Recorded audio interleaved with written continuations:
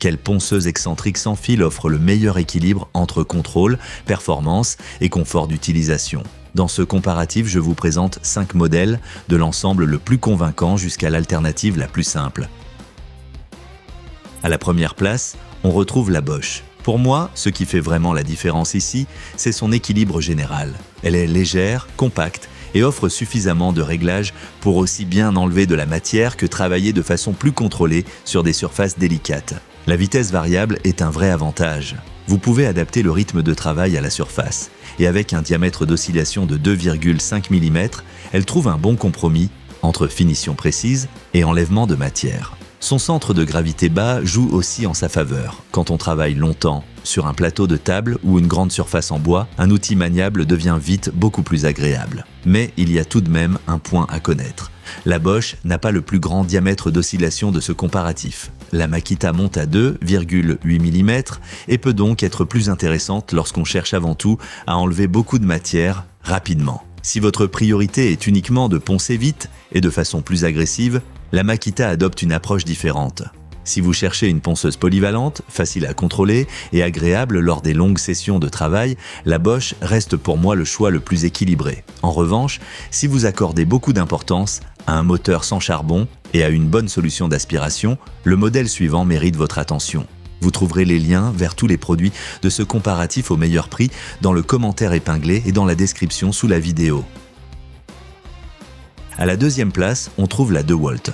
Elle est très proche de la Bosch et s'adresse elle aussi à ceux qui poncent régulièrement et qui recherchent un outil compact, bien maîtrisable et agréable à utiliser. L'un de ses principaux atouts est son moteur sans charbon associé à une vitesse variable.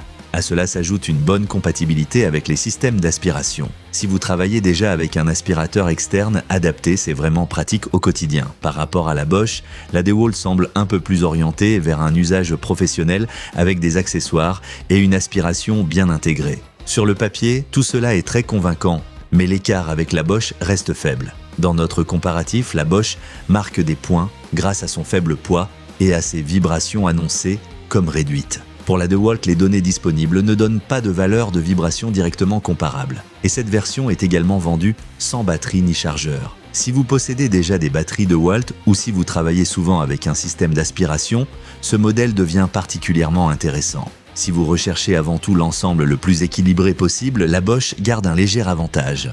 Avec le modèle suivant, l'accent est davantage mis sur l'enlèvement de matière. Si ce comparatif vous est utile, pensez à laisser un j'aime à la vidéo et à vous abonner à la chaîne.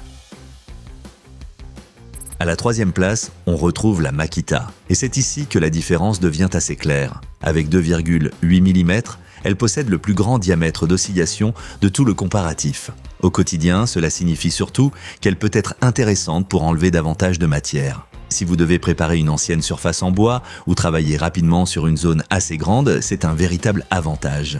Elle propose également 3 niveaux de vitesse, ainsi qu'un système permettant de récupérer directement la poussière ou de raccorder une aspiration externe. En revanche, j'aurais aimé un peu plus de souplesse dans les réglages. Bosch et DeWalt permettent d'ajuster la vitesse de manière variable alors que la Makita se limite à 3 niveaux fixes. Ce n'est pas un gros problème, mais lorsqu'on passe souvent d'une surface à une autre, un réglage plus précis est tout simplement plus pratique. Si vous possédez déjà des batteries Makita et que vous cherchez surtout une ponceuse solide avec une bonne capacité d'enlèvement de matière, ce modèle peut très bien convenir. Pour un réglage plus fin, les deux modèles mieux classés sont plus intéressants. Avec le prochain appareil, on passe dans une catégorie davantage axée sur le rapport qualité-prix. À la quatrième place, on trouve l'Ainel. Sur le papier, elle peut sembler assez simple, mais elle propose plusieurs fonctions qui ont vraiment du sens au quotidien.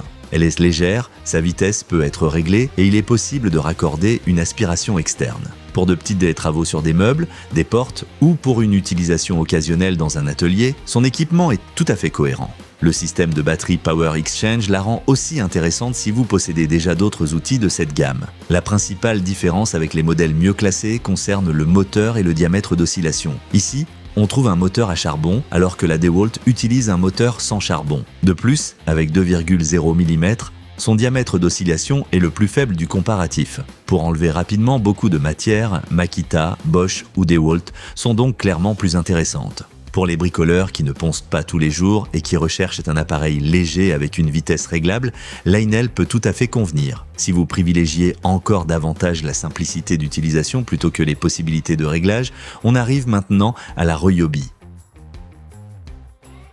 À la 5e place, on retrouve la Ryobi. Cela ne veut pas dire qu'il s'agit d'un mauvais produit. Elle offre simplement moins de possibilités de réglage que les autres modèles de ce comparatif.